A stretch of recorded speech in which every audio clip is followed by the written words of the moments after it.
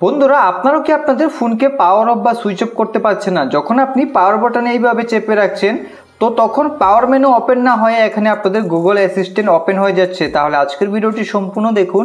এই ভিডিওটি দেখে আপনি আপনার পাওয়ার বাটনে ক্লিক করে আপনি আপনার ফোনকে সুইচ অফ বা পাওয়ার অফ করতে পারবেন। তো এর জন্য আপনাকে ফোনে একটি সেটিংস করতে হবে। তো এই সেটিংসটিকে করার জন্য আপনি আপনার ফোনের সেটিংস অ্যাপ্লিকেশনটিকে ওপেন করবেন।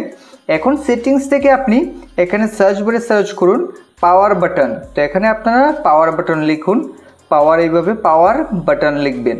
তো এখানে এইভাবে আপনারা পাওয়ার বাটন লিখে দেওয়ার পর এখন দেখুন এখানে বেশ কয়েকটা অপশন আসবে।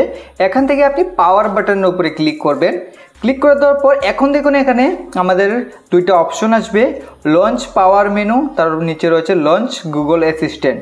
তো এখন এখানে কিন্তু আমাদের গুগল অ্যাসিস্ট্যান্ট সিলেক্ট রয়েছে, যার জন্য আমাদের পাওয়ার বাটনে চেপে রাখলে গুগল অ্যাসিস্ট্যান্ট ওপেন হয়ে যায়। তো এখান থেকে আমাদের লঞ্চ পাওয়ার মেনুতে ক্লিক করতে হবে। এখন এখান থেকে ব্যাক করুন।